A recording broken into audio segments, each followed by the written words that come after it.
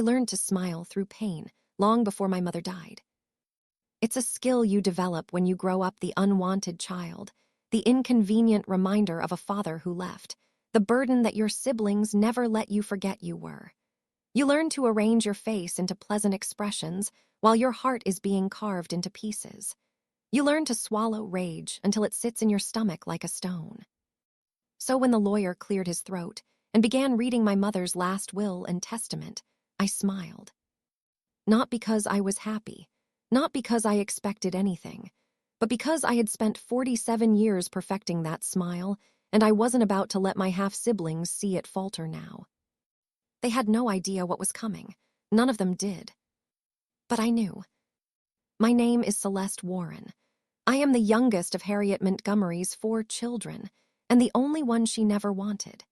This is the story of how I finally collected what I was owed, and how the family that spent decades treating me like garbage learned that even the quietest dog will eventually bite. Let me tell you about my mother. Harriet Montgomery was, by all public accounts, a remarkable woman.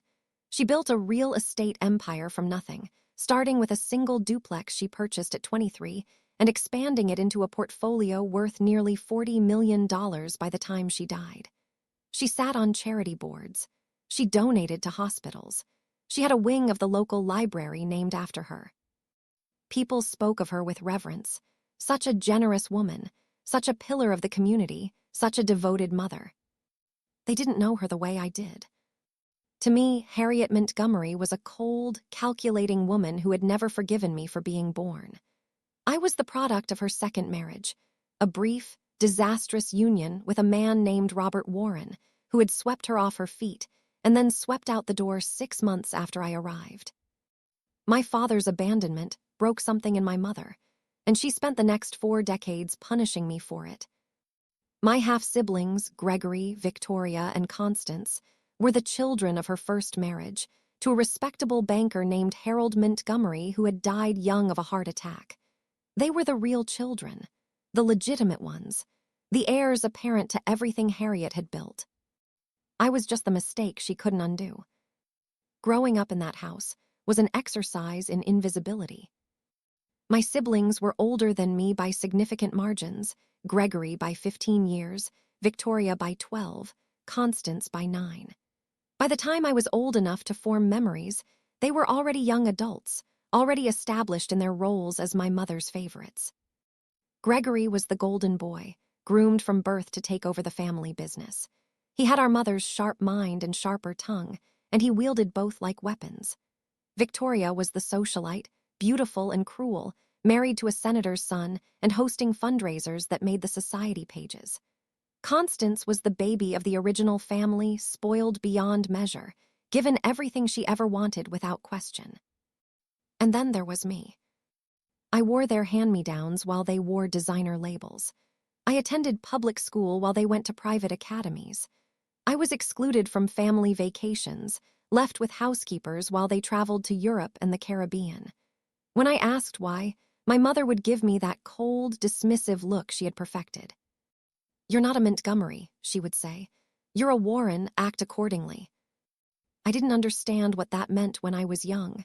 I thought being a Warren simply meant having a different father, a different last name. I didn't realize it was a designation of worth, a brand that marked me as lesser. But I learned. The lessons came in 1,000 small cuts.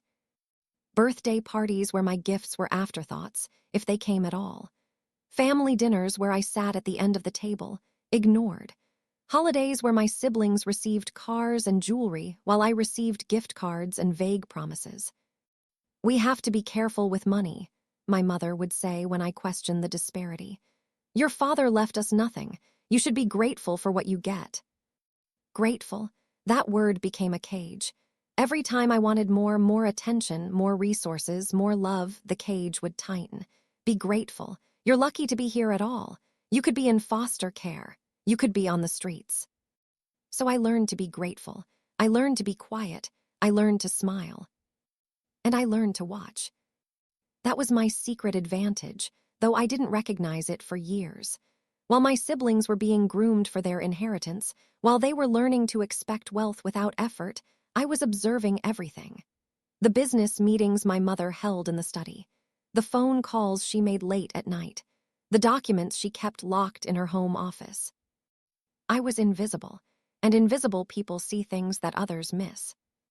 I left home at 18 with nothing but a second-hand suitcase and a full scholarship to a state university 300 miles away. My mother didn't come to see me off. Neither did my siblings. The housekeeper drove me to the bus station and handed me an envelope containing $500. "From your mother," she said, though something in her expression suggested otherwise. "For expenses." I took the money because I needed it. I didn't say thank you. The years that followed were a blur of survival. I worked 2 jobs while completing my degree in accounting.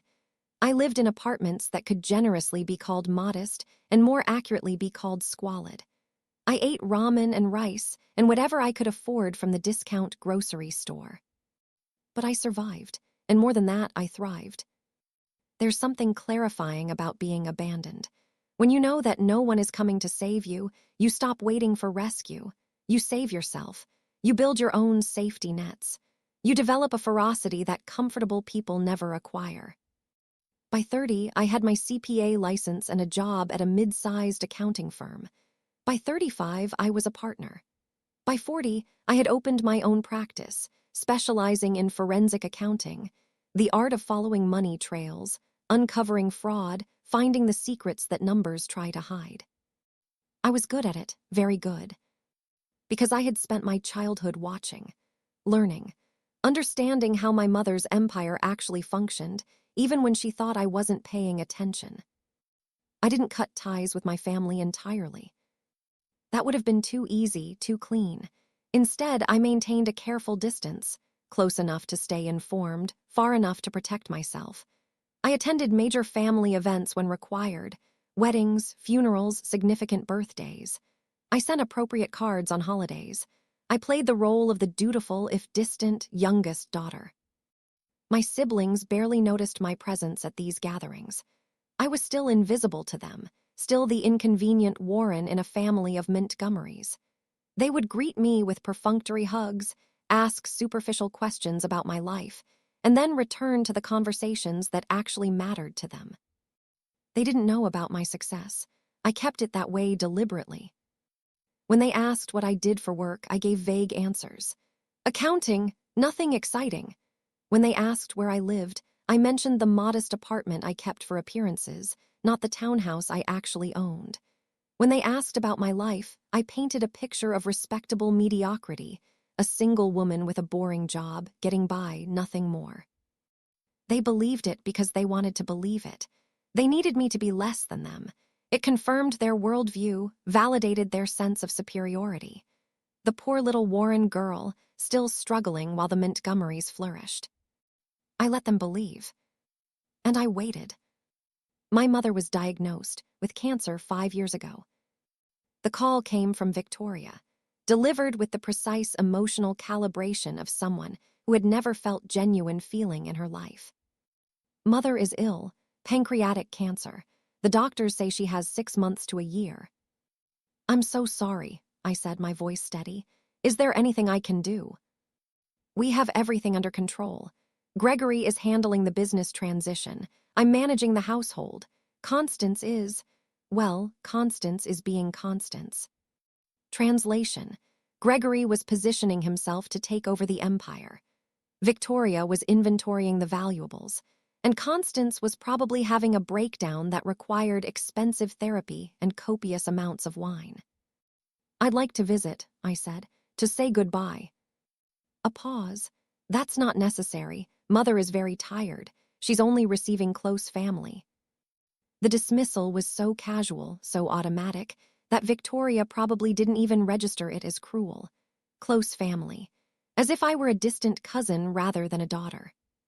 "I understand," I said. "Please give her my love." I hung up the phone and sat in silence for a long moment. Then I started planning.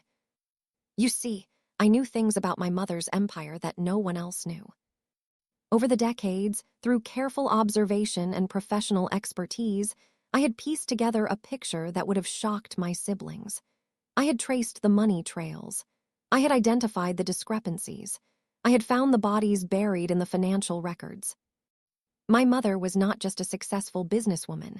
She was a fraud. Not in the common sense. She hadn't stolen from clients or cheated on her taxes in obvious ways. Her crimes were more sophisticated than that. Shell companies, hidden assets, falsified property valuations, a web of deception so intricate that only someone with my specific skills could have untangled it. And at the center of that web was a secret that would destroy everything my siblings thought they were inheriting. I had discovered it 3 years ago during a routine review of public property records, a discrepancy that led to another discrepancy, which led to a series of shell companies, which led to a trust that had been established before I was born. The trust held nearly half of my mother's real estate portfolio, the most valuable half. And according to the documents I had eventually obtained through less than official channels, that trust had a single beneficiary. Me. I didn't understand it at first. Why would a woman who had spent my entire life treating me as an afterthought secretly designate me as the heir to her greatest assets? The answer, when I finally uncovered it, was almost comical in its simplicity. My father. Robert Warren hadn't just swept out the door and disappeared. He had swept out the door with evidence of my mother's early frauds, evidence he had threatened to expose unless she provided for his daughter. The trust was insurance, a guarantee that if anything happened to my mother before I came of age, I would be protected. She had never intended for me to know about it. The trust was designed to transfer automatically upon her death, with no fanfare, no family involvement. Just a quiet deposit into accounts she assumed I would be too stupid or too insignificant to notice. But my father hadn't counted on one thing. I had inherited his sharp mind along with his last name, and I had spent decades developing skills that let me find exactly these kinds of hidden arrangements. Now I knew, and now I was going to use that knowledge. Not just for the money, though that was certainly appealing, but for something more satisfying. Revenge. My mother defied the doctor's predictions. She lived not 6 months or a year, but 5 years, 5 years of slow decline, of treatments and remissions and relapses. 5 years during which my siblings circled like vultures, each positioning themselves for the inheritance they believed was coming. I attended holiday dinners. I sent cards. I played my role. And I waited. When the final call came, my mother had slipped into a coma. The end was near. I drove to the family estate for the first time in years. The house was just as I remembered it, a sprawling Georgian mansion that had always felt more like a museum than a home. My siblings were already there, gathered in the formal living room with glasses of expensive whiskey and expressions of practiced grief. "Celeste," Gregory said when I entered, his tone suggesting mild surprise that I had bothered to show up. "How good of you to come." "She's my mother, too," I replied mildly. He didn't argue, but his expression said what he was thinking. Barely. I took a seat in the corner and watched them. Victoria was already discussing the estate sale. Constance was crying performatively. Gregory was on his phone, probably conducting business even now. None of them went upstairs to sit with the dying woman. I did. My mother's bedroom smelled like antiseptic and dying flowers. She lay in the center of a hospital bed that had been installed where her antique four-poster once stood. Machines beeped softly, tracking the fatting rhythms of her body. A private nurse sat in the corner, reading a paperback novel with practiced disinterest. "I'd like a moment alone with her," I said.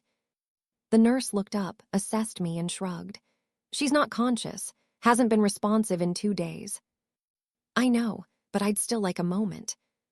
She gathered her things and left, probably grateful for the break. I closed the door behind her and stood at the foot of my mother's bed, looking at the woman who had shaped so much of my life through her rejection. Harriet Montgomery had always been formidable. Even in her 70s, she had maintained the rigid posture and sharp gaze that had intimidated business rivals and family members alike. Now she looked small, fragile, human in a way I had never seen her. I pulled a chair to her bedside and sat down. "Hello, Mother." No response, just the steady beep of the heart monitor, the soft hiss of oxygen. "I know you can't hear me. Or maybe you can, they say hearing is the last sense to go. Either way, I have some things I want to say." I folded my hands in my lap, choosing my words carefully. "I found the trust. The Warren Trust, established in 1978, 6 months after I was born. Did you think I would never discover it? Did you think I was too stupid, too insignificant to unravel your carefully constructed secrets?" The machines continued their steady rhythm. My mother's chest rose and fell with mechanical regularity. "I know about Dad, too. I know he blackmailed you into creating that trust. I know you never intended for me to benefit from it. You expected me to remain ignorant, to receive whatever crumbs you left me in your public will, to be grateful for even that." I leaned closer, my voice dropping to a whisper. "But here's the thing, Mother. I'm not grateful. I've never been grateful. How could I be grateful to a woman who treated me like a burden my entire life, who made me feel like an intruder in my own family, who taught me that I was less than, unworthy of, never enough?" My hands were trembling. I steadied them. "You created a monster, Harriet. Not through abuse, that would have been too obvious, too easily identified and addressed. You created a monster through neglect, through exclusion, through the constant, grinding message that I didn't matter." I sat back, looking at her peaceful face, peaceful in a way it had never been in life. "But I did matter. I do matter. And in a few days, when your precious lawyer reads your will to your precious children, they're going to discover exactly how much." I stood up, straightening my clothes. "I don't forgive you, Mother. I want you to know that. If you can hear me, if some part of you is still aware, understand this. I don't forgive you, and I never will. But I am grateful for one thing." I moved toward the door. "I'm grateful that you underestimated me, because that's what made all of this possible." I left without looking back. Harriet Montgomery died at 3:47 a.m. on a Tuesday. I was in my hotel room when the call came, having chosen not to spend the night at the family estate.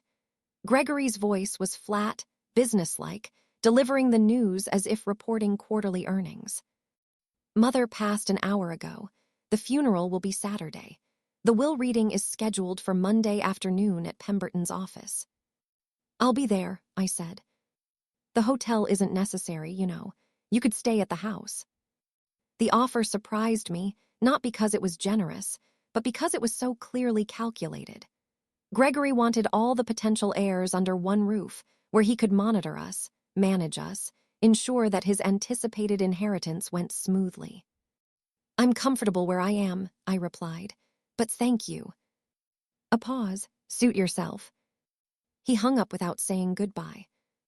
I set down my phone and walked to the window of my hotel room, looking out at the city where I had grown up feeling like a stranger. In 4 days, everything would change. The family that had dismissed me for 47 years would finally understand what I was capable of. I allowed myself a small smile. Then I went back to bed and slept more peacefully than I had in months. The funeral was exactly what I expected. A grand affair at the most prestigious church in the city, attended by hundreds of people who had known my mother professionally, socially, or not at all. Politicians and business leaders delivered eulogies praising her vision, her generosity, her commitment to the community. The sanctuary was filled with flowers that must have cost more than my first year's salary. My siblings sat in the front row, dressed in designer black, performing grief for the assembled mourners. Gregory's wife clutched his arm supportively. Victoria's husband, the senator's son, now a senator himself, looked appropriately somber. Constance sobbed into a handkerchief, while her latest boyfriend patted her back awkwardly. I sat at the end of the pew, unnoticed. During the reception afterward, I circulated through the crowd, listening to conversations I was not part of, observing interactions I was not invited to join. The invisible woman, gathering information as I had always done. "Gregory will handle the business beautifully," someone said. "Harriet trained him for this." Victoria is already talking about establishing a foundation in Harriet's name, another voice added. Very fitting. And the youngest daughter, the one who sat at the end. A dismissive sniff. Oh, that's Celeste, different father. She was never really part of the family. I smiled and moved on. Let them think what they wanted. In 3 days, their assumptions would crumble. The law offices of Pemberton, Clark, and Associates occupied the top floor of a downtown high-rise, all mahogany paneling and leather chairs, and the hushed reverence of old money. I arrived 15 minutes early, dressed in a simple navy suit that conveyed professionalism without ostentation. The receptionist directed me to a conference room where refreshments had been laid out, coffee, tea, an assortment of pastries that no one would touch. Gregory was already there, seated at the head of the table as if he were chairing a board meeting. Victoria sat to his right, examining her manicure with studied boredom. Constance was on his left, her eyes red-rimmed from what I assumed was either genuine grief or an excellent acting performance. Celeste, Gregory said as I entered, you're early. Traffic was lighter than expected. I took a seat at the far end of the table, my usual position, the one that marked me as peripheral, unimportant. My siblings exchanged glances that I wasn't supposed to see, small smirks of shared understanding. Poor Celeste, probably hopping for a few $1,000s, maybe some of Mother's jewelry, whatever scraps the real heirs deign to leave her. I folded my hands on the table and waited. Arthur Pemberton entered the room at exactly 2 p.m. He was an elderly man, stooped with age but sharp-eyed, carrying a leather portfolio that contained what everyone assumed was the key to their futures. He had been my mother's attorney for over 40 years, privy to every legal maneuver and strategic decision she had ever made. But not all of them, not the Warren Trust. That had been handled through a different attorney, in a different state, with layers of confidentiality that even Arthur Pemberton had not been authorized to breach. Thank you all for coming, Arthur said, settling into a chair at the center of the table. I know this is a difficult time, and I appreciate your patience as we address these necessary matters. Gregory nodded magnanimously. Of course, Arthur. We're all eager to understand Mother's wishes and ensure they're carried out properly. Eager to understand how much you're getting, I translated silently.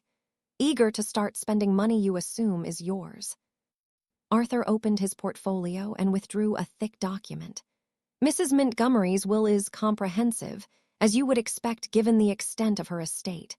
I'll provide each of you with a copy for your records, but I'd like to read the relevant sections aloud first. He cleared his throat and began. I, Harriet Elizabeth Montgomery, being of sound mind and body, do hereby declare this to be my last will and testament. The preliminaries were standard. Declarations of mental competence, revocation of all previous wills, appointment of Arthur Pemberton as executor. My siblings listened with barely concealed impatience, waiting for the good parts. Those came soon enough. To my eldest son, Gregory Harold Montgomery, I leave my 51% ownership stake in Montgomery Properties, Incorporated, along with all associated business accounts and investments. Gregory has proven himself a capable steward of the empire I built, and I trust him to continue my legacy. Gregory's face remained composed, but I saw the satisfaction in his eyes. The crown had been officially passed. He was now the king of my mother's real estate empire. Or so he thought. To my daughter, Victoria Ann Montgomery Richardson, I leave my residence at 47 Ashford Lane, along with its contents, and the sum of $5 million in liquid assets. Victoria has been a devoted daughter, and I wish her continued happiness and success. Victoria's expression flickered with something that might have been disappointment. $5 million was substantial, but the house was the real prize, worth at least 3 times that amount. Still, she nodded graciously, playing the role of the grateful heir. To my daughter, Constance Marie Montgomery, I leave the sum of $3 million in liquid assets, along with the property at 892 Lakeview Drive and ownership of my art collection.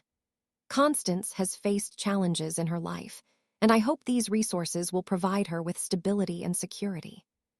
Constance burst into tears, whether from grief, gratitude, or frustration at receiving less than her sister. I couldn't tell. Probably all three. Arthur paused, shuffling his papers. I watched my siblings' faces as they registered that only one heir remained to be addressed. Me. Gregory's lips curled slightly. Victoria examined her nails. Constance dabbed at her eyes with a handkerchief. They were all preparing to witness my humiliation, the moment when I would receive whatever token amount my mother had deemed appropriate for the daughter she never wanted. Arthur cleared his throat again. "To my daughter, Celeste Marie Warren, I leave the sum of $10,000 and the jewelry that belonged to my mother, her grandmother Eleanor." $10,000. A few pieces of antique jewelry, less than the cost of the flowers at my mother's funeral.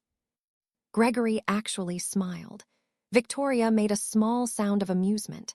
Constance looked at me with something that might have been pity if it hadn't been so obviously tinged with relief. "I believe that concludes the primary bequests," Arthur said. "There are additional provisions for household staff, charitable donations, and—" "Excuse me." Everyone turned to look at me. It was the first time I had spoken since entering the room. "Yes, Celeste," Arthur asked. "The will makes reference to Montgomery Properties, Incorporated. Could you clarify the extent of those holdings?" Arthur blinked, surprised by the question. Montgomery Properties comprises the commercial real estate portfolio that Harriet built over the past 5 decades. Approximately 37 properties in total, with a combined estimated value of $42 million, Gregory interrupted smoothly. "I'm well aware of the portfolio's value, Arthur. Is there a reason my sister is asking questions about assets that don't concern her?" I smiled, the same smile I had perfected over 47 years of swallowing pain and rage. "Actually, Gregory, I'm asking because those assets very much concern me. You see, there's been an error." "An error?" Victoria's voice dripped with condescension. "What kind of error?" "The will references Montgomery Properties as a single entity, but that's not entirely accurate." I reached into my briefcase and withdrew a folder I had prepared for this exact moment. 18 of those 37 properties are not actually held by Montgomery Properties, Incorporated. They're held by a different entity entirely. Arthur frowned. "I'm not sure what you're referring to." "The Warren Trust," I said, sliding the folder across the table. "Established in 1978 by Harriet Montgomery with a single beneficiary, me." The silence that followed was delicious. I watched as Arthur opened the folder, his frown deepening as he reviewed the documents inside. I watched as my siblings exchanged confused glances, their confidence beginning to waver. I watched as the reality of what I was saying slowly, painfully penetrated their assumptions.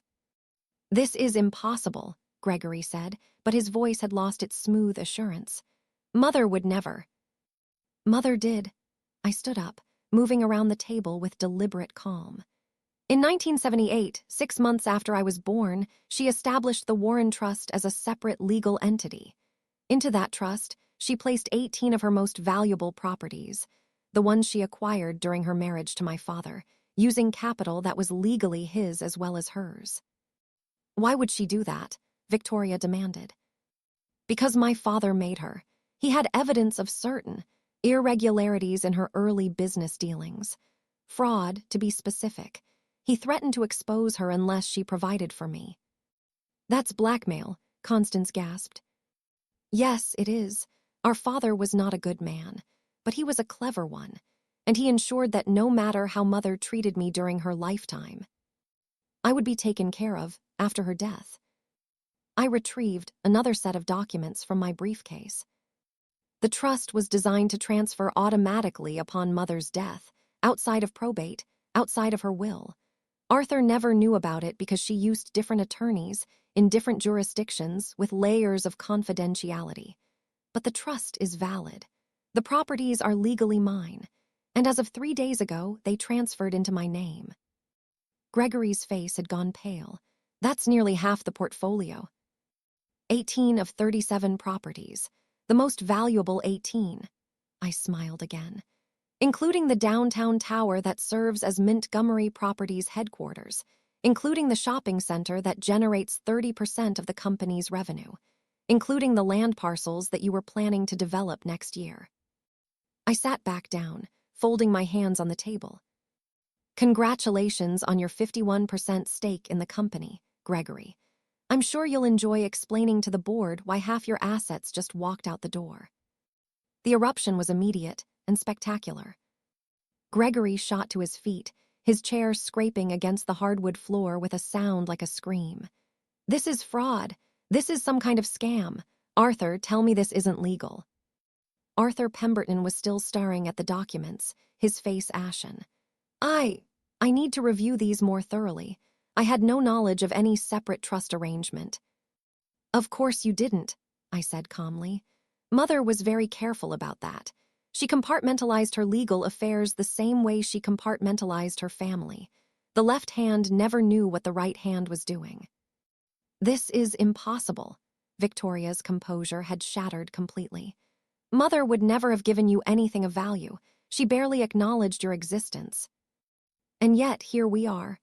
I gestured to the documents spread across the table. The trust was established with ironclad provisions. It cannot be contested. It cannot be dissolved. And as of my mother's death, it has already transferred. The properties are in my name. The deeds are filed. This is not a negotiation or a discussion. It's a notification. Constance was crying again, but this time her tears seemed genuine. I don't understand. Why would she do this? Why would she give you more than us? She didn't intend to give me more, I explained, almost gently. She intended for me to never know about it. The trust was supposed to operate invisibly. Payments into accounts I would assume came from some minor inheritance, nothing significant enough to raise questions. She underestimated me. How did you find out? Gregory's voice was low, dangerous. I'm a forensic accountant. I specialize in finding hidden assets and tracing money trails. Did you really think I wouldn't eventually apply those skills to my own family? Gregory's hands clenched into fists. For a moment, I thought he might actually try to hit me. But Arthur Pemberton intervened, stepping between us with his hands raised. Everyone, please, let's remain calm. This is a significant development, and we need to address it properly. There's nothing to address, Victoria snapped. This is obviously a forgery. Celeste has manufactured documents to steal from our family. These documents are filed with the county recorder's office, I said, my voice still calm. They've been authenticated by the original attorneys who established the trust, all of whom are still practicing. The signatures have been verified by handwriting experts. Every step of the chain of custody is documented. I paused, letting that sink in. I've spent 3 years preparing for this moment, Victoria. 3 years ensuring that every legal challenge you might raise has already been anticipated and countered. There is no angle you haven't considered that I haven't considered first. Then we'll find new angles, Gregory growled. We have resources, we have lawyers. We'll tie this up in court for decades if we have to. You could try, but I should warn you, litigation is expensive. And with half your revenue-generating properties now under my control, you might find your resources more limited than you expect.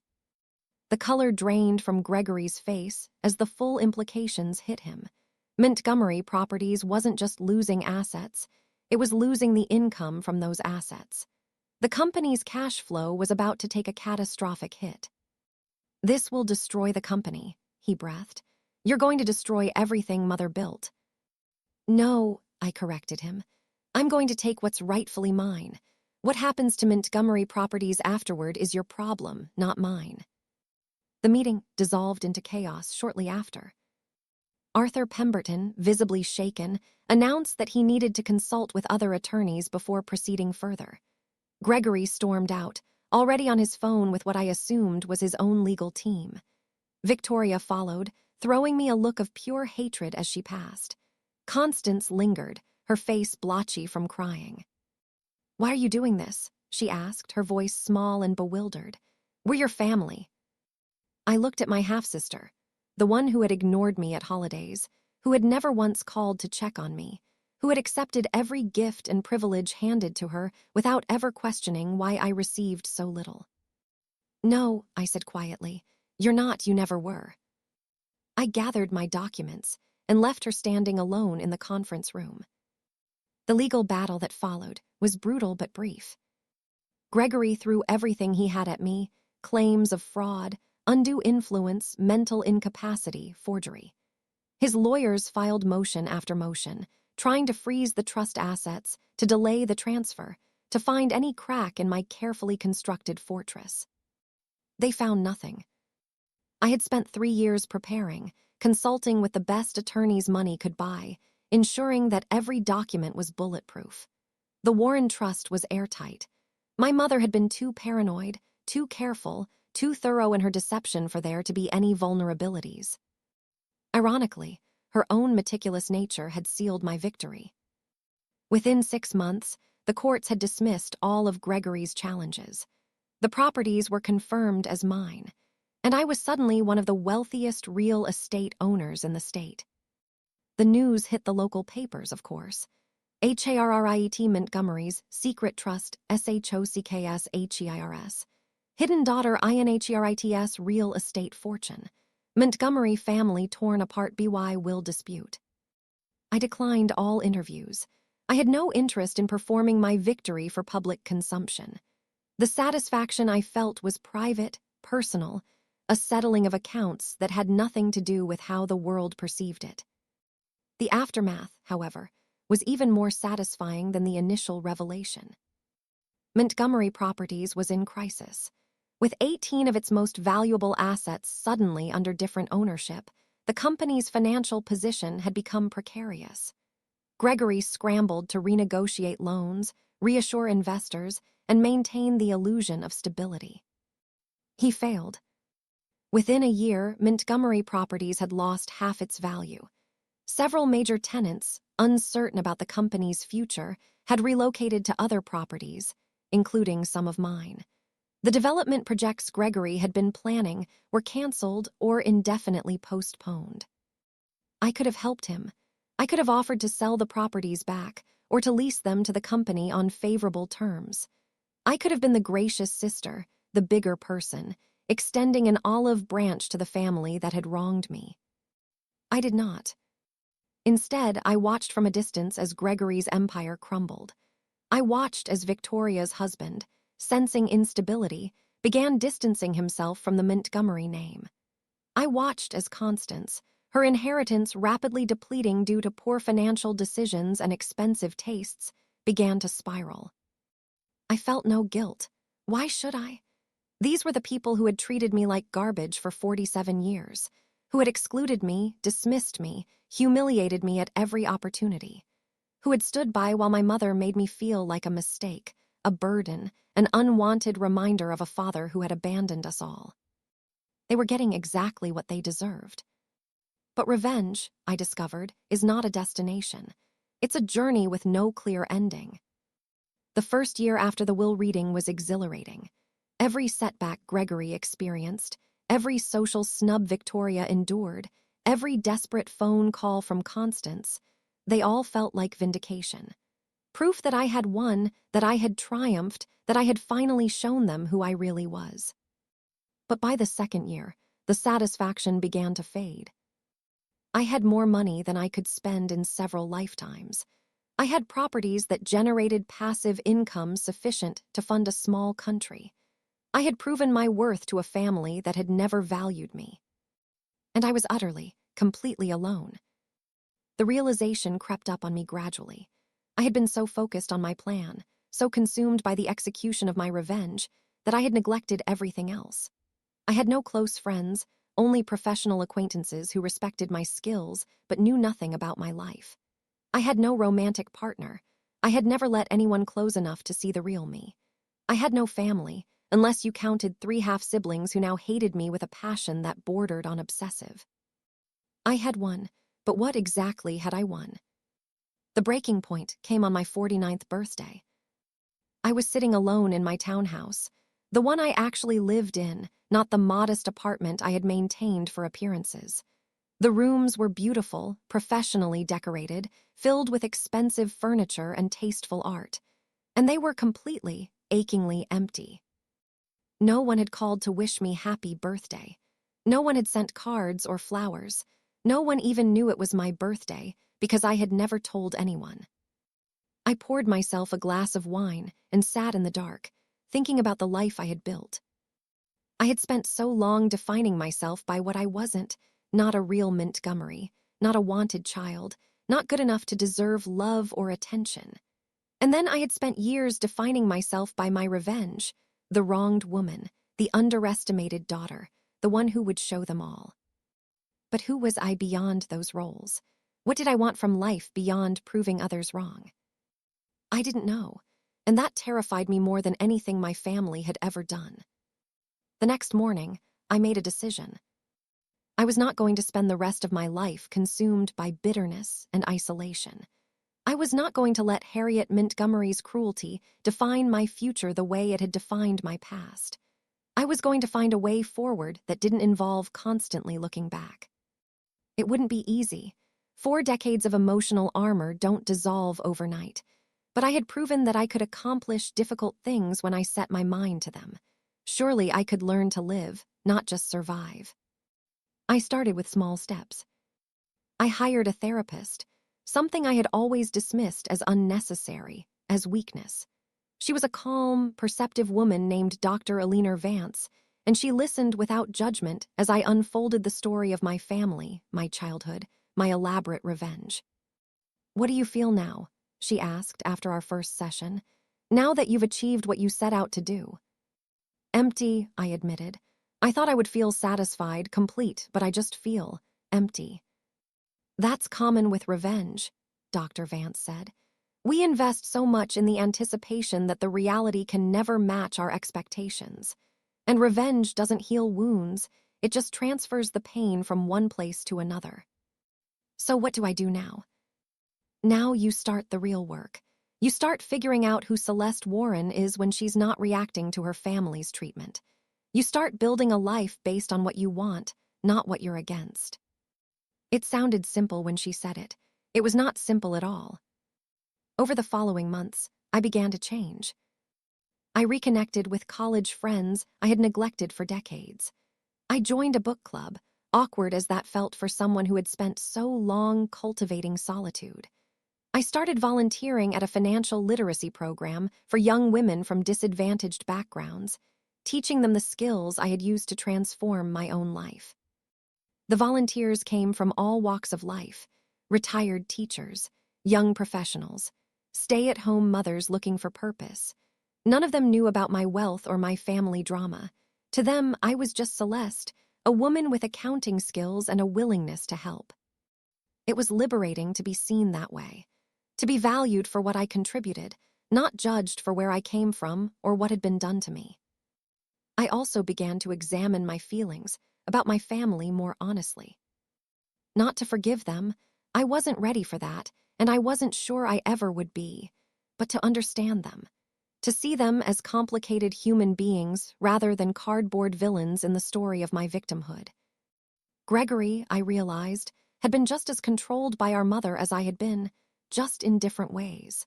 She had groomed him for succession, shaped his identity around the company, made him believe his entire worth depended on his ability to carry on her legacy. No wonder he had panicked when that legacy was threatened. Victoria had been raised to value appearance above all else. Her coldness was a survival mechanism, developed in a household where vulnerability was punished. She wasn't evil, she was damaged, like me, just expressing that damage differently. And Constance had been spoiled, yes, but she had also been neglected in her own way, given material things instead of emotional attention, never taught to develop her own capabilities because our mother always provided everything. Her dysfunction was as much Harriet's creation as my own. This didn't excuse their treatment of me. It didn't erase the pain they had caused or the complicity they had shown in my marginalization. But it complicated my hatred, softened its edges, made it harder to maintain the pure, righteous anger I had cultivated for so long. The The call came on a Thursday afternoon, 2 years after the will reading. I was in my office, reviewing financial projections for a new property acquisition, when my phone rang with an unfamiliar number. Normally, I would have let it go to voicemail, but something made me answer. "Is this Celeste Warren?" The voice was female, professional, with the careful neutrality of someone trained to deliver difficult news. "Yes, who is this?" "My name is Dr. Patricia Huang. I'm calling from St. Michael's Hospital. I'm treating a patient who has you listed as her emergency contact, a Constance Montgomery."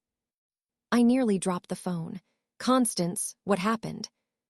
"Ms. Montgomery was brought in this morning after a suicide attempt.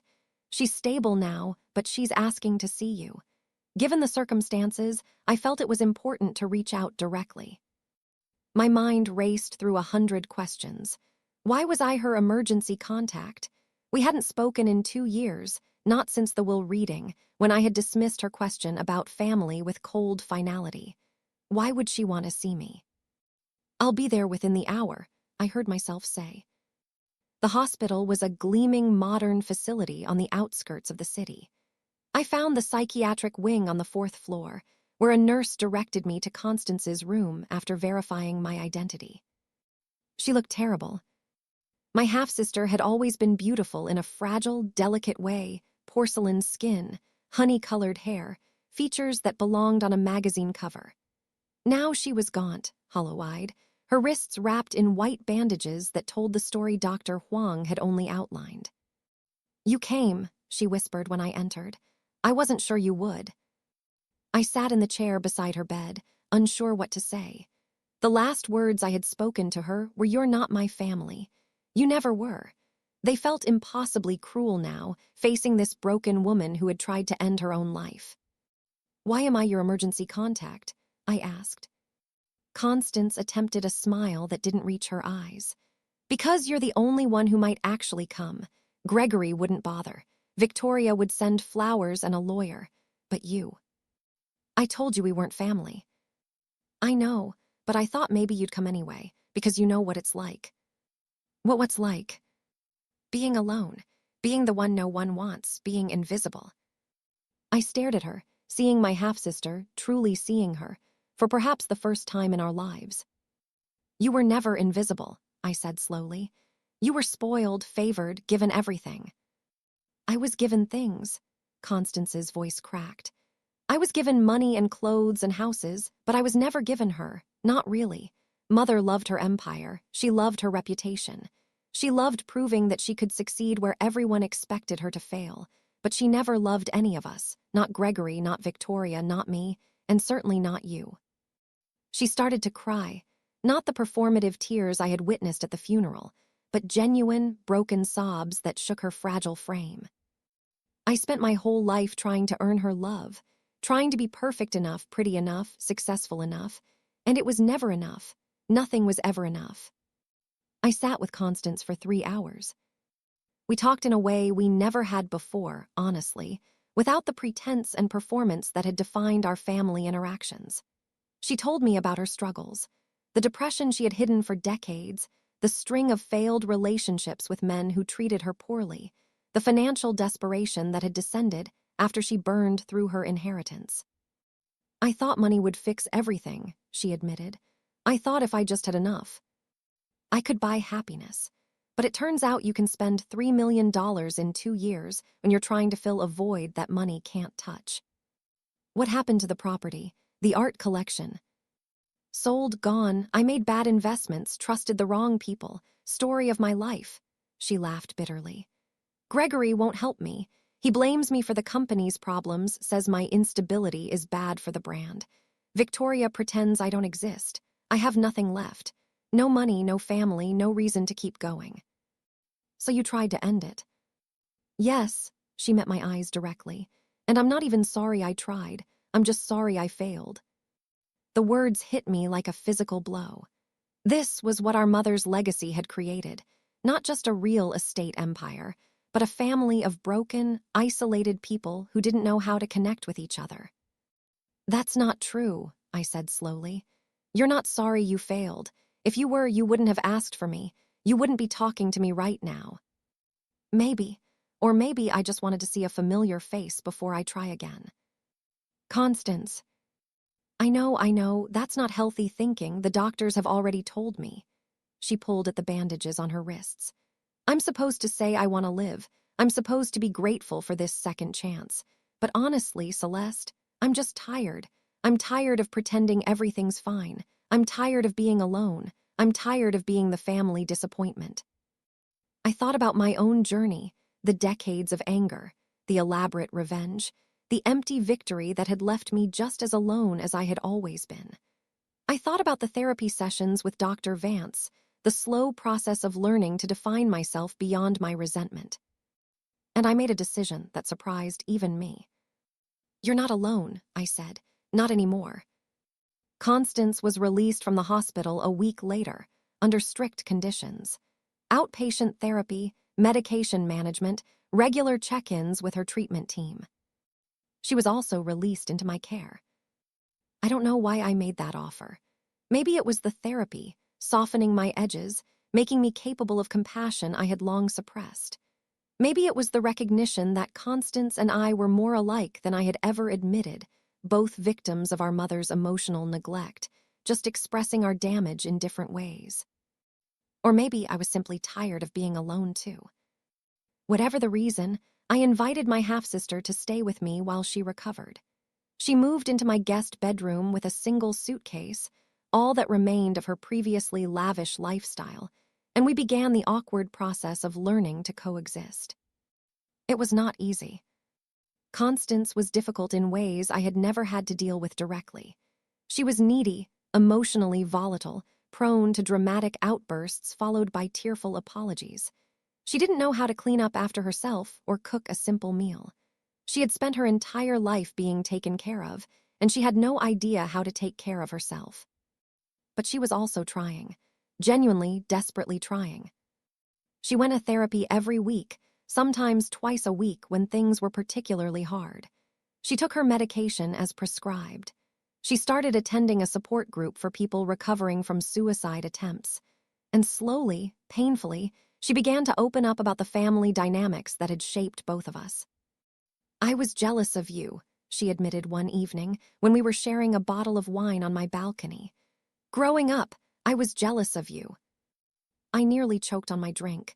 Jealous of me, I had nothing, you had everything. You had yourself. She stared out at the city lights. You knew who you were. You had your own identity, separate from mother, separate from the family name. I never had that. I was always Harriet Montgomery's daughter. I was always performing a role that someone else had written for me. I didn't have myself by choice. I was excluded, abandoned. I know, and that was cruel. I'm not trying to minimize what was done to you. But there was a part of me that envied your freedom. You got to leave. You got to build your own life. I was trapped in the golden cage, smiling for the cameras, pretending to be happy. You could have left. Could I? She turned to look at me. With what skills? What resources? I had no education, no work experience, no ability to survive without someone taking care of me. Mother made sure of that. She wanted us dependent. She wanted us trapped. I considered this. It wasn't an excuse. Constance had still participated in my marginalization, still benefited from my exclusion. But it was context. And context, I was learning, mattered more than I had once believed. We're both damaged, I said finally, just in different ways. Yes, but maybe we can help each other heal. The months that followed were transformative. Constance became my project in a way, but unlike my revenge, this project was about building something rather than destroying it. I helped her develop basic life skills, budgeting, cooking, cleaning. I connected her with job training programs. I encouraged her creative interests, which had been dismissed as frivolous by our mother, but which brought her genuine joy. In return, she helped me with something I hadn't realized I needed: connection. Constance was social in ways I had never learned to be. She made friends easily, drew people into conversation, created warmth wherever she went. Under her influence, I began to open up more. I hosted dinner parties. I accepted invitations I would previously have declined. I started to build a life that included other people. We were not exactly friends. The history between us was too complicated for that simple label. But we were allies, fellow survivors of a shared trauma, partners in the slow, difficult work of becoming whole. Gregory reached out 6 months after Constance moved in. The call came late on a Sunday evening, when Constance and I were watching a movie together. I saw his name on the caller ID and felt the old anger rise in my chest. "What does he want?" Constance asked, reading my expression. "I don't know. Should I answer?" "That's up to you, but maybe it's time to find out." I took a deep breath and accepted the call. "Celeste," Gregory's voice was tired, stripped of the arrogance I remembered. "I wasn't sure you'd answer." "I almost didn't. What do you want?" A long pause. "I want to talk in person. There are things I need to say." "Things your lawyers couldn't say in court." "No, things I should have said a long time ago. Please, Celeste, I'm not asking for anything. I'm not trying to get the properties back. I need to talk to my sister." The word hung in the air. Sister. Gregory had never called me that before. I looked at Constance, who was watching me with anxious eyes. She nodded slightly. "Fine," I said. "Tomorrow, my office, 3 p.m. "Thank you, I'll be there." He hung up before I could respond. Gregory arrived at exactly 3 p.m. the next day. He looked older than I remembered, grayer, thinner, with lines around his eyes that hadn't been there 2 years ago. The expensive suit was gone, replaced by simple slacks and a button-down shirt. He looked like a man who had been through something difficult. "Thank you for seeing me," he said as he sat across from my desk. "You said you wanted to talk, so talk." He nodded, accepting my coldness without protest. "I deserve that. I deserve worse, probably. But I'm not here to defend myself. I'm here to apologize." "Apologize?" "For everything. For how I treated you growing up, for excluding you from the family, for assuming you were less than us because of who your father was." He met my eyes directly. "And for what I said and did after the will reading. I was cruel. I was vindictive. I tried to destroy you, and I told myself it was about justice, but it was really about ego." I sat back, genuinely surprised. This was not the Gregory I knew, the arrogant golden boy who had never admitted fault in his life. "What changed?" I asked. "Everything," he laughed humorlessly. "I lost the company. The board voted me out 6 months ago. They said I had mismanaged the crisis, that my judgment couldn't be trusted. Everything I had worked for, everything Mother had groomed me for, gone." And this led to, what? Self-reflection. Partly, but mostly it led to me hitting bottom, drinking too much, pushing away everyone who cared about me. My wife left. My kids stopped taking my calls. I was alone, Celeste, completely alone. He paused, collecting himself. And I realized something. I was doing exactly what Mother did, defining my worth by external success, pushing away family because they didn't serve my goals, making people feel small so I could feel big. "So you're here for absolution?" "No, I'm here because you deserve an apology, whether or not you accept it. I'm here because I was wrong. And I need to say that out loud. And I'm here because," he hesitated, "because I found some things, going through Mother's papers after I lost the company, things I think you should see." He reached into his bag and withdrew a thick manila envelope. "Letters," he said, "from your father to our mother, written over the course of 20 years.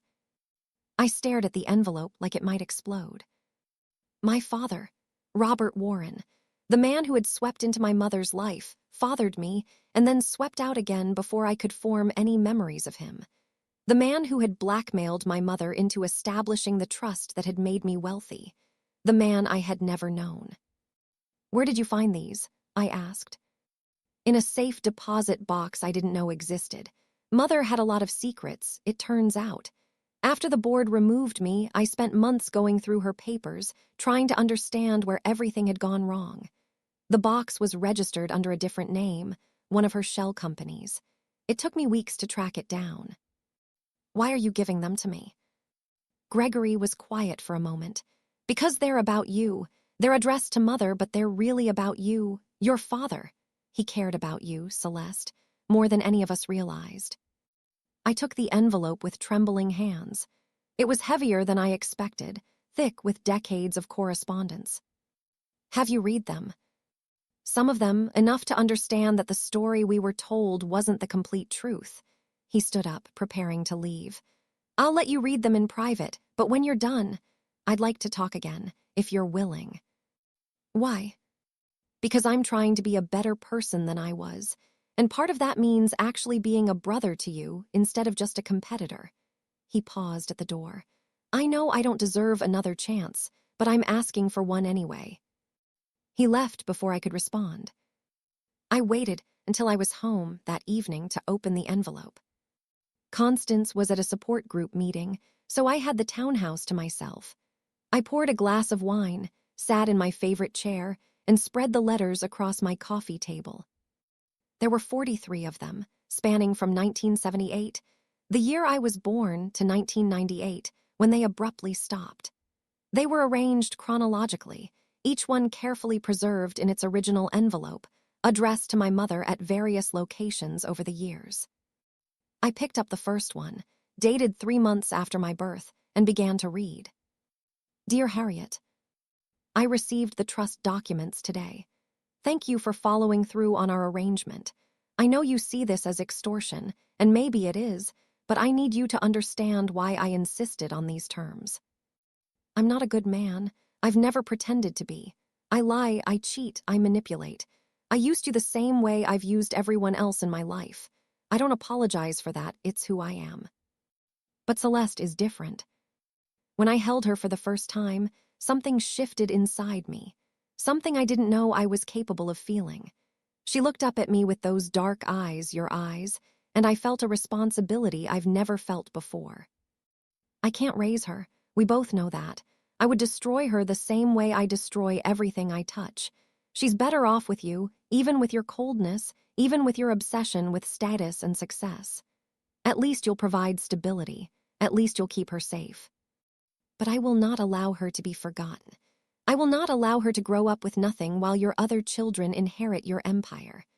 The trust ensures that she will be provided for, regardless of how you feel about her or about me. I know you hate me. I know you wish I had never entered your life. But I'm trusting you to do right by our daughter, even if you can't love her, because I can't be there to do it myself. Take care of her, Harriet. That's all I ask. Robert. I set down the letter, my throat tight with unexpected emotion.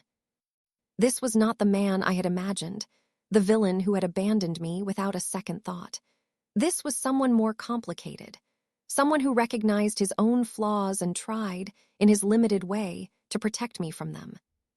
I picked up the next letter, dated 6 months later. Harriet, I've been watching from a distance. I know you told me to stay away, but I couldn't help myself. I saw her at the park last week with the nanny. She's beautiful. She has my smile, did you notice? I'm not asking for access. I know I gave up that right, but I need to know she's being treated well. I've heard rumors, Harriet, rumors about how you're already treating her differently from Gregory and Victoria and Constance. Rumors that she's being excluded, marginalized, made to feel like an afterthought. If those rumors are true, I'll find out, and our arrangement will change accordingly. I'm not threatening you. I'm reminding you that I'm still watching, that I care about what happens to her, even if I can't be part of her life. Don't make me regret trusting you with her. Robert. The letters continued in this vein for years. My father had kept tabs on me from a distance, gathering information through private investigators, friends of friends, anyone who could tell him how I was being treated. He knew about the hand-me-down clothes. He knew about the exclusion from family vacations. He knew about every slight and humiliation I had endured. And he had confronted my mother about all of it. Harriet. I spoke with the investigator yesterday. He told me about Celeste's birthday party, or rather, the lack of one. Her 10th birthday, and you couldn't be bothered to celebrate. Her siblings had elaborate parties, catered affairs with dozens of guests. She had nothing, not even a cake. What kind of mother are you? I know you never wanted her. I know she represents everything you'd rather forget, our affair, your lapse in judgment, your vulnerability. But she's a child, Harriet. A child who did nothing wrong. A child who deserves to feel loved and valued. I've increased the trust, added more properties, more assets. When you die, she'll inherit more than you ever intended. Consider it compensation for the love you refuse to give her. I hope you realize, someday, what you've done, what you've cost both of us. Robert. Letter after letter, my father documented his efforts to ensure my well-being. He adjusted the trust repeatedly, adding assets whenever he learned of new ways I had been mistreated. He hired people to keep him informed of my progress in school, my emotional state, my relationships with my siblings. He never contacted me directly. He believed, perhaps rightly, that his presence would make things worse, that my mother would punish me for his interference. So he watched from the shadows, doing what he could without revealing himself. And then, in 1998, the letters stopped. The final letter was different from the others. The handwriting was shakier, the tone more urgent. It was dated December 15th, 1998, 20 years ago. Harriet, I'm dying. Cancer. The doctors say I have weeks, maybe a month if I'm lucky. I've never been lucky, so I'm not counting on it. I've spent the past few weeks getting my affairs in order. Not that there's much to arrange. I spent most of my life burning bridges and squandering resources. The only thing of value I ever created was Celeste, and I gave her to you. I regret that decision every day. Not because you're a bad mother, you're probably adequate by most standards, but because I missed everything. Her first steps, her first words, her first day of school. I missed all of it, watching from a distance, telling myself it was better this way. I'm writing to tell you that I've made final arrangements regarding the trust. When you die, Celeste will inherit everything, not just the assets I've already contributed, but documentation of how those assets were managed, how the trust was structured, how you tried to keep her ignorant of her own inheritance. If she's smart, and I believe she is, because she's my daughter, she'll figure it out. She'll unravel your secrets, and she'll finally understand that she was never the burden you made her feel like. She was the only good thing I ever did. Tell her about me, Harriet, when you're ready, when she's ready. Tell her that her father loved her, even if he didn't know how to show it. Tell her that she was wanted, even if she was given up. Tell her that somewhere, someone was always thinking of her. Or don't, keep your secrets, take them to your grave.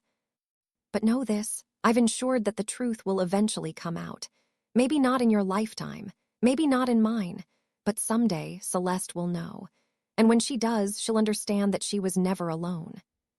She was always loved. Robert. I read the last line 3 times, tears streaming down my face. She was always loved.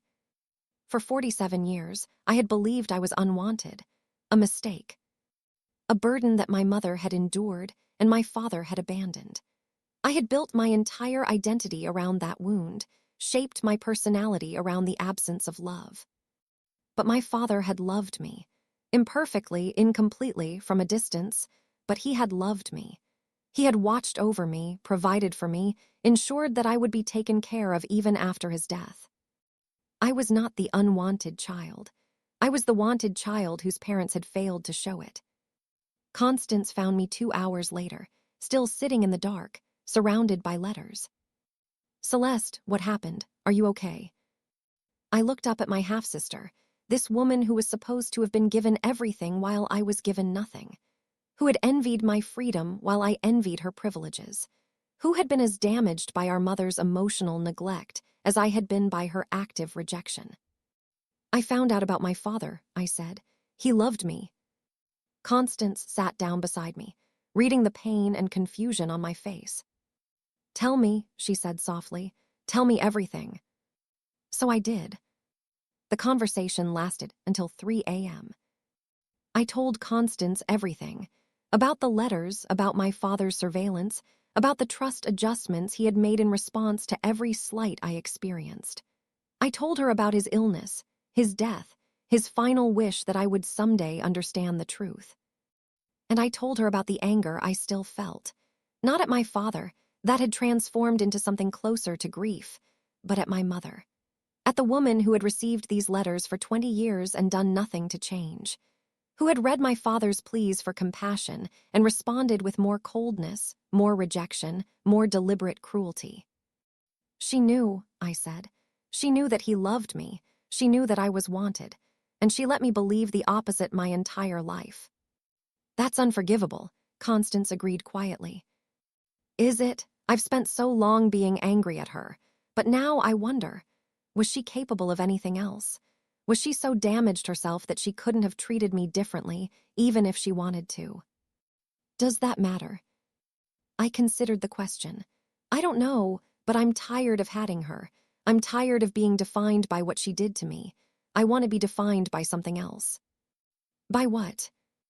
I looked at the letters spread across my coffee table, at the evidence of a father who had loved me, imperfectly but genuinely. By who I choose to become, not by who I was made to be. 3 years have passed since I read my father's letters. 3 years of therapy, of healing, of slowly dismantling the fortress of anger I had spent a lifetime constructing. 3 years of learning to define myself by something other than revenge, other than resentment, other than the wounds inflicted by a mother who couldn't love me and a family that refused to see me. I'm 50 now, half a century of life behind me, and hopefully several more decades ahead. Enough time to make something meaningful of what remains. The woman I am today would be unrecognizable to the woman who sat in that conference room, smiling as the will was read, savoring the anticipation of her siblings' downfall. That woman was cold, calculating, driven by a hunger for vindication that had consumed everything else. She had achieved her victory and found it hollow. This woman, the one writing these words, has discovered that winning isn't the same as healing. That revenge isn't the same as justice. That the opposite of being unloved isn't being wealthy. It's being known, being accepted, being part of something larger than yourself. Let me tell you where we all ended up. Constance is thriving. After 2 years in my guest bedroom, she moved into her own apartment, a modest place. Nothing like the luxury she once knew, but entirely hers. She works part-time at an art gallery, pursuing the creative interests our mother always dismissed. She still attends therapy, still takes medication for her depression, still struggles sometimes with the wounds of her childhood. But she's alive. She's healing. She's become, against all odds, my closest friend. We have dinner together every Sunday. We text throughout the week, sometimes about important things, sometimes about nothing at all. We are building the sisterhood that should have existed from the beginning, brick by careful brick. Gregory's transformation has been slower, more painful, but no less real. After he gave me my father's letters, we began meeting regularly. Not as competitors or adversaries, but as two people trying to understand a shared history. He told me about our mother, the real Harriet, not the public persona, and I told him about my childhood from my perspective. We filled in each other's blind spots. He lost everything: his company, his marriage, his children's respect. But in the wreckage, he found something unexpected: humility. The arrogant golden boy who had never questioned his own worth was forced to confront his failures, his limitations, his role in perpetuating our mother's cruelty. He works now as a consultant for nonprofits, using his business skills to help organizations that actually make a difference. He lives in a small apartment, drives a used car, and seems more at peace than I ever saw him during his years of wealth and power. I was miserable my whole life, he told me recently. I had everything Mother wanted me to have, and I was miserable. Now I have almost nothing, and I finally understand what matters. Victoria remains more complicated. She never apologized. She never reached out. She retreated into her world of high society and political connections, pretending that the rest of us, Gregory, Constance, me, simply didn't exist. I don't hate her for it. I understand now that some people are too damaged to change, too invested in their armor to ever take it off. Victoria built her entire identity around being perfect, being superior, being above reproach. Admitting that she had been wrong about anything, about me, about our family, about herself, would require her to question everything she believed. She's not capable of that. Maybe she never will be. I've made my peace with it. I can only control my own healing, not anyone else's. If Victoria chooses to remain frozen in her fortress of denial, that's her burden to carry, not mine. As for me, I've changed in ways I never expected. I still own the 18 properties from my father's trust. They generate more income than I could ever spend, providing financial security that I once thought would bring happiness. It didn't, but it did bring something else. Freedom. Freedom to choose how I spend my time. Freedom to help others. Freedom to build a life based on meaning rather than survival. I've used that freedom in several ways. I established a scholarship fund for first-generation college students, named after my father. The Robert Warren Foundation provides full tuition, mentorship, and support services for young people who, like me, come from complicated backgrounds and lack the resources to pursue their dreams. I mentor young women in forensic accounting, sharing the skills that allowed me to uncover my family's secrets and build my own success. I speak at conferences about financial literacy, about recognizing fraud, about the ways that money can be used as a tool of control, and how to break free from that control. And I write. Not professionally, I have no ambitions to be an author, but I keep journals, documenting my journey from anger to understanding, from isolation to connection. I write letters to my father, even though he'll never read them. I write to the younger version of myself, the lonely girl who believed she was unwanted, telling her that she was loved after all. Writing helps me process. It helps me make sense of a life that often felt senseless. It helps me remember that every story, no matter how painful, has the potential for a different ending. I visit my mother's grave once a year. Not on her birthday or the anniversary of her death, but on my own birthday, the day she was reminded every year of the daughter she never wanted. I bring flowers, usually white roses, and I stand at her headstone for exactly 15 minutes. I don't speak to her. There's nothing left to say. But I think about her. I think about the woman she was and the woman she might have been if circumstances had been different. I think about the forces that shaped her, the ambition, the paranoia, the desperate need to prove herself in a world that doubted her capabilities. I don't forgive her. Forgiveness still feels impossible, and I've learned to accept that some wounds don't heal completely. They become scars, permanent marks that remind us of what we survived. But I've stopped hating her. Hatred requires energy. It requires attention, focus, a constant feeding of the flame. And I have better uses for my energy now. I'd rather spend it on building than on burning. So I stand at her grave, and I acknowledge that she existed, that she shaped me, that I am who I am partly because of her. And then I walk away, back to the life I've built, the relationships I've cultivated, the person I've chosen to become. My father's grave is across the country, in a cemetery I had never visited until last year. It took me 2 years after reading his letters to work up the courage to go. I didn't know what I would feel, standing at the grave of a man I had never known, but who had apparently loved me from afar. What I felt was grief. Not for the loss of a relationship. That loss had occurred too early to be mourned in the usual way. But for the possibility of a relationship. For the father-daughter bond that might have existed if circumstances had been different.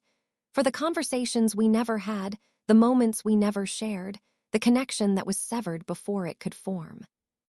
I stood at his grave for a long time, reading the simple headstone. Robert James Warren, 1945-1998.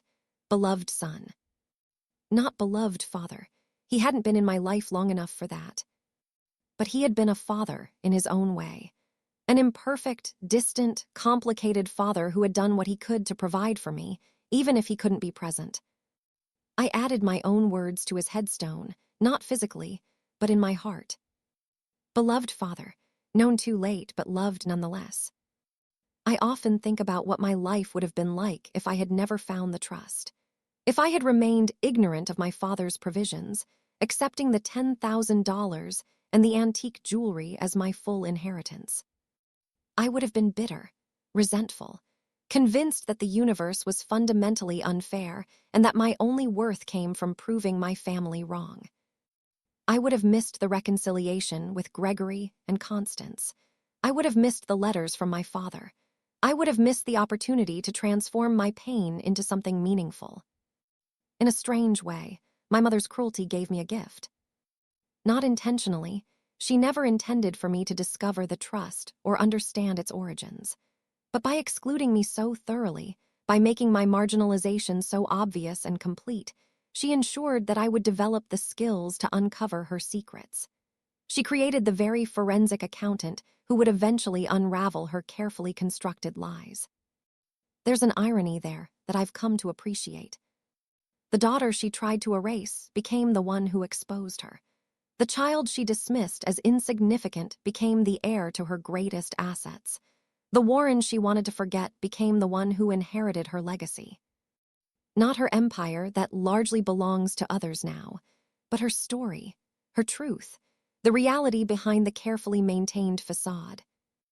I carry that truth now, and I've decided what to do with it. This story, the one you're hearing now, is my attempt to share what I've learned. Not about revenge, not about winning or losing or proving yourself to people who don't deserve your efforts. About something more important, the possibility of transformation. I spent most of my life defined by what I wasn't. Not a real Montgomery, not a wanted child, not good enough to deserve love or attention or inclusion.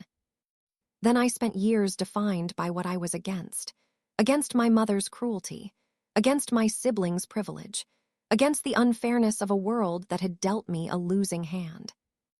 Now I'm learning to be defined by what I'm for. For connection, for healing, for the slow, difficult work of building relationships with people who are as damaged as I am, for the recognition that everyone is fighting battles we can't see, carrying wounds we don't understand, for the belief that it's never too late to change, that even the coldest hearts can learn to feel warmth, that even the deepest wounds can eventually become scars rather than open sores. I smiled when they read the will. That's how this story began.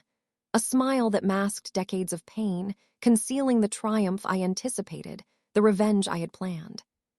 But the smile I carry now is different. It's not a mask. It's not a weapon. It's not the brittle expression of a woman who has perfected the art of pretending to feel something she doesn't. It's genuine.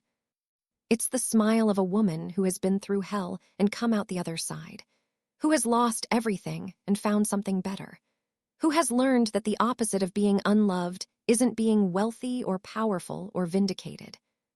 It's being known, being accepted, being part of a family, not the one you were born into, but the one you choose. I'm sitting in my living room as I finish telling you this story.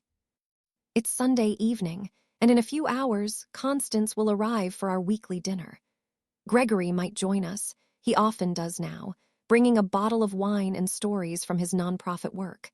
We'll eat together, laugh together, share the kind of easy intimacy that I never imagined was possible. We're not the Montgomerys anymore. Not really.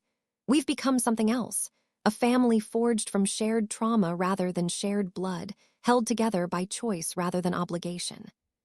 It's not perfect. We still argue sometimes. We still trigger each other's wounds. We still navigate the complicated territory of relationships built on decades of mistrust. But we're trying, and that effort, I've learned, is what makes the difference.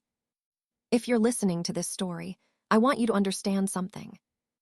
Whatever you're carrying, whatever wounds have shaped you, whatever anger has sustained you, whatever revenge fantasies have kept you going through dark nights, it doesn't have to be forever. You can chain. You can heal. You can build a life that's defined by what you love rather than what you hate. It won't be easy. The work of transformation never is. It requires therapy, self-reflection, the painful process of examining beliefs you've held so long they feel like facts. It requires reaching out to people who hurt you and discovering that they were hurting too. It requires accepting that the story you've told yourself about your life might not be the complete truth. But it's possible. I know because I did it. And I was as broken, as bitter, as consumed by vengeance as anyone you'll ever meet. My mother tried to erase me, to make me invisible, to ensure that I would never matter, never belong, never be anything more than the unfortunate reminder of a mistake she wished she could forget. She failed. Not because I inherited her properties or exposed her secrets or watched her other children struggle. Those victories were hollow, as all revenge ultimately is. She failed because I'm still here, still growing, still becoming someone she never expected me to be. She failed because I learned to love and be loved, despite everything she did to convince me I was unlovable. She failed because her cruelty didn't destroy me, it forged me. And the person I've become, compassionate, connected, at peace, is the ultimate refutation of everything she believed. So here's my question for you, as I close this chapter of my story. What are you carrying that you're ready to set down? What revenge are you nurturing that's poisoning you more than your enemies? What transformation is waiting for you on the other side of your anger? I don't ask because I have answers. Every journey is different, every wound unique, every path to healing particular to the person walking it. I ask because I wish someone had asked me, years ago, before I spent so much energy on destruction. I wish someone had told me that winning isn't the same as healing, that the best revenge isn't success, it's becoming someone your abusers never imagined you could be. Someone whole, someone happy, someone free. I smiled when they read the will. They had no idea what was coming. But neither did I. I thought I was winning. I thought I was getting everything I deserved. What I actually got was so much better. I got a second chance, at family, at connection, at life itself. And I'm grateful for it every single day. Thank you for listening to my story. If it touched your heart, please share it with someone who might need to hear it. And if you're carrying wounds of your own from family, from betrayal, from years of feeling invisible and unwanted, know that healing is possible. It's never too late to become someone new. Take care of yourselves and each other. With love, Celeste.